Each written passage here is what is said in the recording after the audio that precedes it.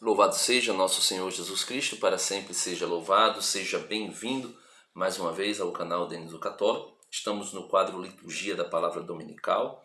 Vamos refletir um pouco sobre as leituras desse 33º domingo do tempo comum, no ano B, e vamos refletir um pouco sobre o fim do mundo e o retorno glorioso de nosso Senhor Jesus Cristo e a sua reunião com os salvos.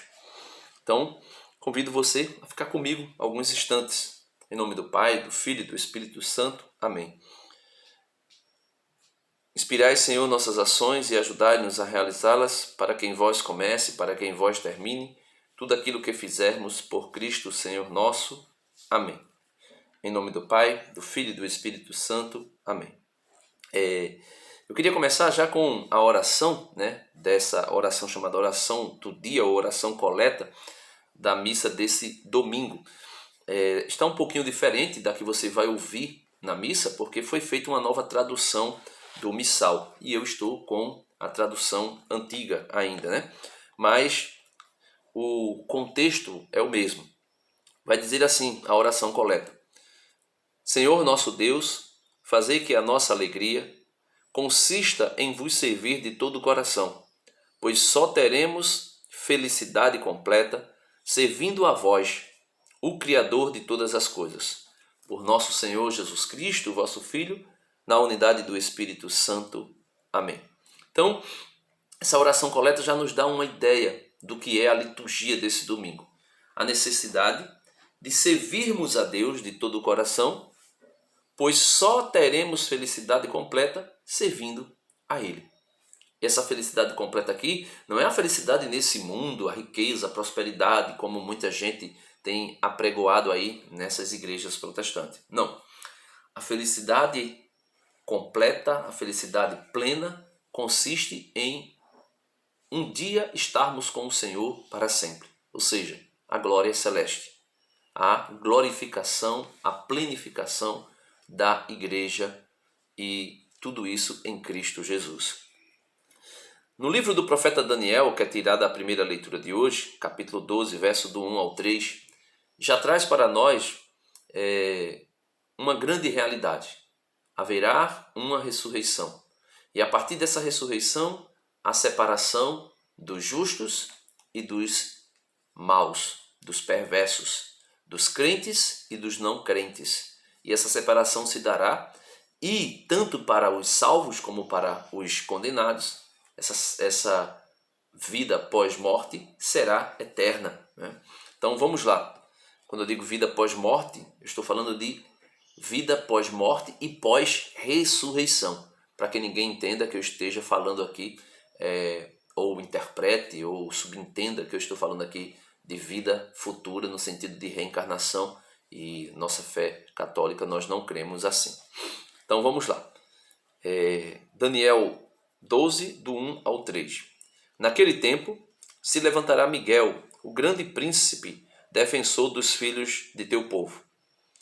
E será um tempo de angústia, como nunca houve até então, desde que começaram a existir nações. Então, haverá um tempo que a igreja vai chamar de grande tribulação ou grande perseguição. Tem um vídeo aí que eu fiz anterior, que está com o título Fim do Mundo e Arrebatamento. Nesse vídeo aí, eu falo sobre a provação derradeira da igreja que o catecismo cita. Então, ou seja, haverá uma grande tribulação, uma grande perseguição que a igreja sofrerá no fim dos tempos. Mas aqui o profeta Daniel está dizendo que nesse tempo, nessa grande tribulação, se levantará Miguel, o grande príncipe defensor dos filhos de teu povo. Então, Miguel se levantará para defender a igreja. E não sei se você já percebeu, mas, por exemplo, na Igreja Católica, a devoção ao arcanjo Miguel tem se multiplicado, tem se feito aí a consagração a Jesus Cristo pelas mãos de São Miguel. também se tem feito a quaresma de São Miguel, né?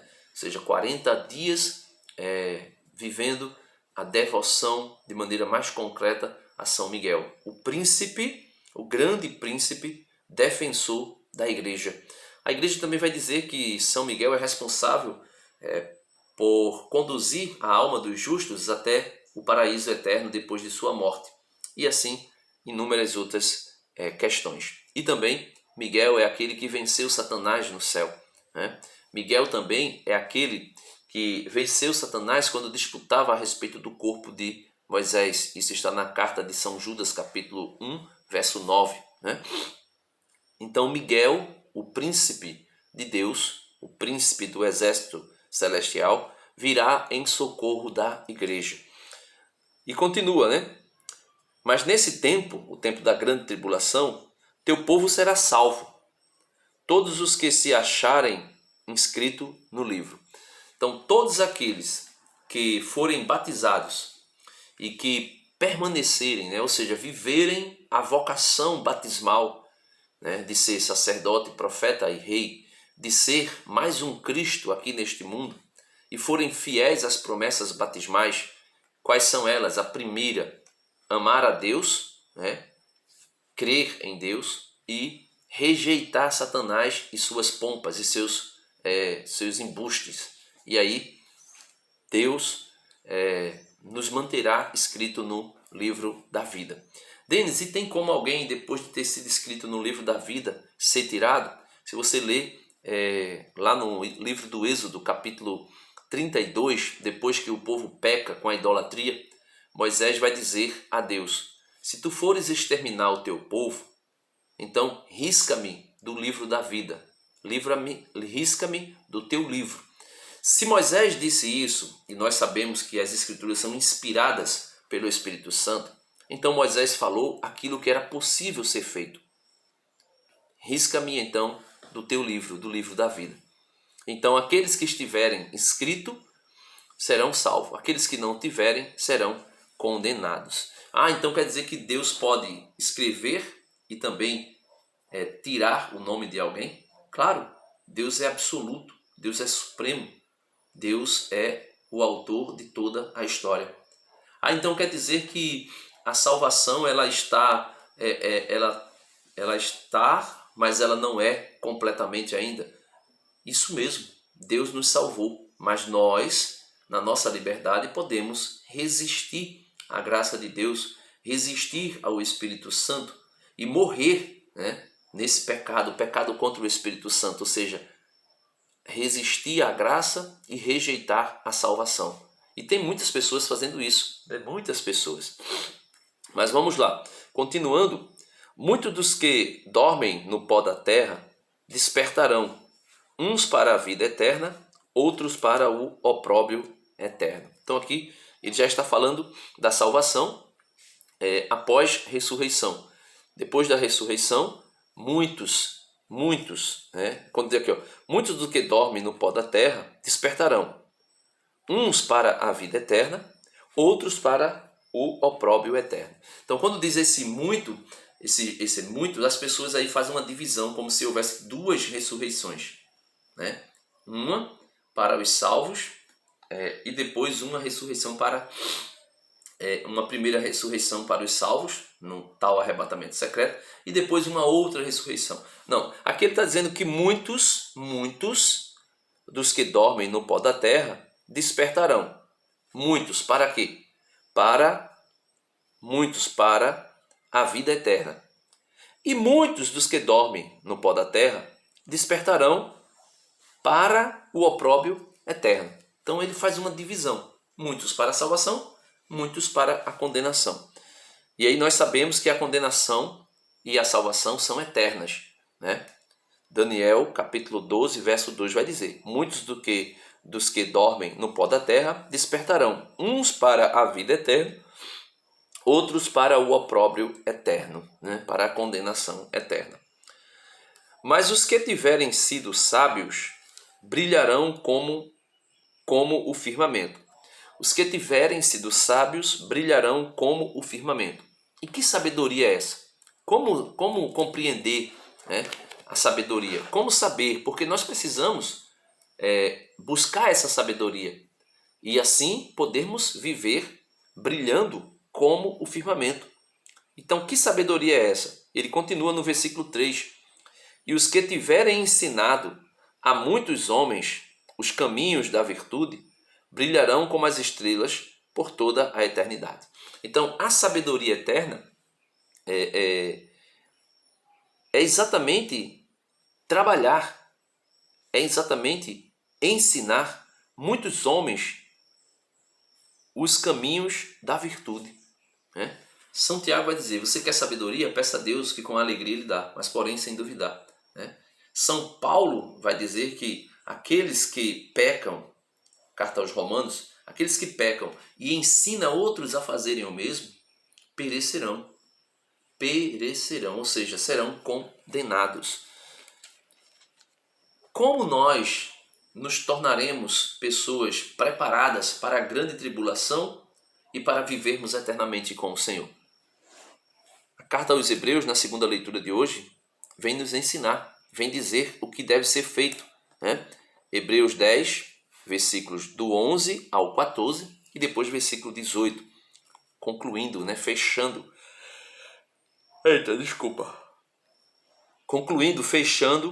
a leitura. Veja, todo sacerdote se apresenta diariamente para celebrar o culto. Aqui ele está falando dos sacerdotes da antiga aliança, oferecendo muitas vezes os mesmos sacrifícios, incapazes de apagar os pecados. Aqui o autor sagrado está dizendo, olha, existia um sacerdócio que apresentava diariamente né? Todo sacerdote se apresenta diariamente para celebrar o culto, oferecendo muitas vezes os mesmos sacrifícios, incapazes de apagar os pecados.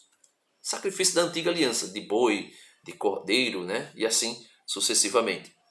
Só que esses sacrifícios eram incapazes de apagar, de aplacar a ira de Deus. E por isso ofereciam, mas não tinha condição de apagar os pecados. Estes sacrifícios não apagavam o pecado. Então, Denis, se é assim, como se salvar? O que fazer para sermos salvos? O que fazermos para vivermos na alegria eterna que falou a primeira leitura? Aí a gente vê aqui o exemplo de Cristo. O exemplo não, né? Cristo. Cristo, ao contrário, depois de ter oferecido um sacrifício único pelos pecados, sentou-se para sempre à direita de Deus. Não lhe resta mais senão esperar até que seus inimigos sejam postos debaixo de seus pés. Então, Jesus ofereceu o seu único sacrifício, sentou-se à direita do Pai e espera que todos os inimigos, inclusive a morte será o último deles, a serem postos debaixo de seus pés. E aí, versículo 14. De fato, com esta única oferenda do seu próprio corpo, levou à perfeição definitiva os que ele santifica. Então, ele nos santifica por seu sacrifício único. Você lê aí também a carta aos Hebreus, capítulo 10, versículo 10. Vai dizer que por esse sacrifício nós somos santificados. Então, se você quer entrar no céu, faça o que Jesus disse no Evangelho de São João, capítulo 6. Quem comer o meu corpo e beber o meu sangue, terá a vida eterna. Quem comer da minha carne e beber o meu sangue, eu o ressuscitarei no último dia. Quem comer da minha carne e beber o meu sangue, eu e o Pai faremos morada nele. Então, somente quem vive os sacramentos, e em especial o sacramento da Eucaristia, se alimentando do corpo e sangue de Cristo, viverão a vida eterna. Serão aqueles que estarão inscritos no livro da vida. Então, de fato, com esta única oferenda, levou à perfeição definitiva os que ele santifica. Ora, onde existe o perdão, já não se faz oferenda pelo pecado. Então, Cristo nos santifica pelo seu único sacrifício. Então, ele, pelo seu sacrifício eterno e único, nos perdoou. nos santificou.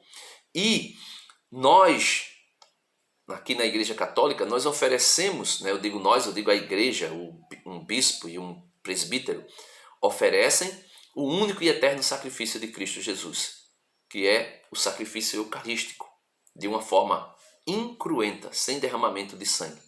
Então Jesus, a Bíblia vai dizer que Jesus se ofereceu desde a fundação do mundo, né? O Cordeiro foi imolado antes da fundação do mundo.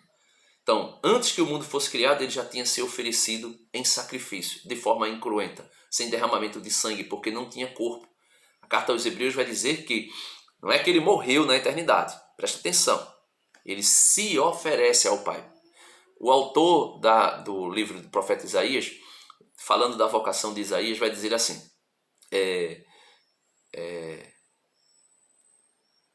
quem eu enviarei, né? Isaías capítulo 6. Quem há de ir por nós? Né? Deixa eu só tomar aqui. Pronto, Isaías capítulo 6, versículo 8. Aqui, nesse texto, eu vejo um diálogo entre o pai e o filho. Né? Só que é Deus falando com o profeta, mas a gente pode ver um diálogo entre Jesus e o seu pai. Veja, Isaías falando, porém, aqui nós vemos Isaías como uma imagem de Cristo. Então escutei a voz do Senhor que dizia: quem enviarei? Quem irá de nossa parte? Aqui é o Pai falando, né? Falando, vamos dizer aqui, que no seio da Trindade. Respondi, aqui é o profeta, mas nós podemos compreender Cristo respondendo. Respondi, aqui estou, envia-me. Ele replicou, vai e dize a esse povo, ouvi com vossos ouvidos, sem entender, olhai com vossos olhos, sem compreender. Embora o coração desse povo endurece, o seu ouvido, embora o coração desse povo endurece, o seu ouvido, cega seus olhos, que seus olhos não vejam, que seus ouvidos não ouçam, que seu coração não entenda, que não se converta e sare. Eu perguntei, até quando, Senhor? Ele me respondeu, até que desmoronem as cidades despovoadas e as casas desabitadas, e os campos fiquem desolados. Porque o Senhor afastará os homens e o abandono no país crescerá, e ainda que nele fique um de cada 10, de novo será varrido, carvalho ou roblé, que ao serem cortados só deixam um toco. Esse toco será semente santa. Então, aqui o profeta está falando, mas nós podemos ver como que o próprio Jesus falando. Quem enviarei? Quem há de ir por nós? E Jesus diz, eu irei. Né? Então, na eternidade, ele se oferece em sacrifício expiatório. Porém, de forma incruenta, ainda não derramando o seu sangue, porque não tinha um corpo. O próprio autor da carta aos Hebreus vai dizer, Pai, deste-me um corpo para fazer a vossa vontade. Né? Ou seja, oferecer esse corpo, derramar o seu próprio sangue e expiar os pecados da humanidade com o seu próprio sangue. Então, ele se oferece de forma incruenta, sem, entre aspas, morte, sem derramamento de sangue, e depois ele faz isso na última ceia, oferecendo-se a si mesmo em forma de ceia, né? Oferecendo o pão e o vinho já como o seu corpo, porém sem derramar sangue. E na cruz se concretiza esse único e eterno sacrifício que foi oferecido na eternidade, oferecido na última ceia de forma incruenta e na cruz se oferece de forma cruenta com derramamento de sangue. E depois de ressuscitado, a igreja continua oferecendo, porque ele disse na última ceia, fazei isso em memória de mim. Ou seja, toda vez que vós fizerdes isso, fazei isso em memória de mim. Então, quando a igreja celebra a Eucaristia, ela celebra o único e eterno sacrifício de nosso Senhor Jesus Cristo. não se repete, Cristo não está morrendo de novo, não é outro sacrifício, é o mesmo e único e eterno sacrifício de Cristo sendo oferecido diariamente, todos os dias, para a santificação do seu povo. E aqui nós podemos ver, e no versículo 18 ele vai dizer: ora, onde existe o perdão, já não se faz oferenda pelo pecado. Então, se oferece o mesmo eterno sacrifício para a santificação. Não é mais para a expiação do pecado, sabendo que esse sacrifício perdoa o pecado, né? Para aquele que está condenado, para aquele que ainda está perdido, para aquele que ainda está vivendo no mundo de forma ímpia, esse sacrifício é o sacrifício expiatório, né? E no Evangelho, para concluirmos, Jesus vai dizer algumas coisas para a geração dele ali no finalzinho lá por volta do ano 70, mas também se caracteriza como também para o fim dos tempos. Veja, naquele tempo, Jesus disse a seus discípulos: naqueles dias, depois da grande tribulação, o sol vai se escurecer e a lua não brilhará mais. As estrelas começarão a cair do céu e as forças do céu serão abaladas. Então verão o Filho do Homem vindo nas nuvens com grande poder e glória. Ele enviará os anjos aos 4 cantos da terra e reunirá os eleitos de Deus, de uma extremidade à outra da terra. Então, aqui é como aquela parábola, né? Joga a rede, puxa os peixes, né? Esse jogar a rede é a colheita final, é Deus que vem, né? Para tirar os eleitos do meio dos ímpios. E aí lança essa rede, puxa essa rede para a praia, escolhe os peixes bons, ou seja, os homens justos, e os que não são justos, os ímpios, serão lançados fora, como diz a parábola. E aí é o fim. Deus separa o justo do ímpio. E não é o justo porque a pessoa é justa, é boazinha. Não, é porque foi justificada pelo único e eterno sacrifício de Cristo Jesus na cruz. E aí, como se fala de lua, de sol escurecendo, nós podemos entender que isso também está para o fim dos tempos, né? Que isso será nos últimos dias, no dia em que o Senhor voltar glorioso. Veja, os apóstolos viram Jesus subindo nas nuvens. E aí nem todo mundo viu, apenas os apóstolos. Mas quando ele voltar, é dito, então, versículo 26, Marcos 13, 26. Então verão o Filho do Homem vindo nas nuvens com grande poder e glória. Então, ele enviará os anjos aos 4 cantos da terra e reunirá os eleitos de Deus, de uma extremidade à outra da terra. Aí ele vai dizer: aprendei, pois, da figueira esta parábola. Quando seus ramos ficam verdes e as folhas começam a brotar, sabeis que o verão está perto. Assim também, quando virdes acontecer essas coisas, ficais sabendo que o Filho do Homem está próximo, às portas. Às portas. Em verdade vos digo, esta geração não passará até que tudo isso aconteça. E aqui nós podemos ver, nesse versículo 30, Jesus dizendo algo que se referia àquela geração onde ele estava, né? Mas também nós podemos compreender que Jesus está falando da geração que esses sinais começarem a acontecer. Está dizendo aqui que o sol escurecerá, a lua perderá seu brilho, as estrelas começarão a cair do céu, e ele vai dizer: em verdade vos digo, esta geração, a geração em que estes eventos começarem a acontecer, não passará até que tudo isto aconteça. Aí ele diz: o céu e a terra passarão, mas as minhas palavras não passarão. Quanto àquele dia e hora, ninguém sabe, nem os anjos do céu, nem o Filho, mas somente o Pai. Então, nós veremos sinais, meus irmãos, e eu acredito que esses sinais estão acontecendo, que precederão a vinda do Filho de Deus. Porém, estes sinais não declaram qual é o dia. Jesus vai dizer no finalzinho da liturgia deste domingo. Jesus vai dizer no finalzinho do Evangelho, ele diz, versículo 32, Marcos 13, 32. Quanto àquele dia e hora, ninguém sabe, nem os anjos do céu, nem o Filho, mas somente o Pai. Ou seja, ninguém sabe o dia e a hora que Jesus vai voltar e estabelecer o juízo final e separar os justos dos ímpios e os que irão viver eternamente com ele e os que irão para o opróbrio eterno, ou seja, o inferno eterno. Ninguém sabe o dia e a hora. Só Deus sabe, né? Só Deus sabe. Então, peçamos ao Senhor a graça de buscarmos vivermos fielmente a Ele, seguindo a sua palavra, ouvindo a sua doutrina, aprendendo a sua doutrina e ensinando às pessoas essa doutrina. É dito, né?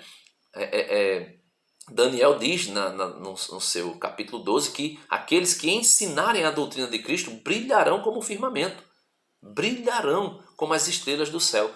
Então que nós possamos, né, brilhar no céu um dia e fazer isso só é possível se nós vivermos e ensinarmos a doutrina de Cristo. Deus abençoe você e até o próximo vídeo, se Deus quiser.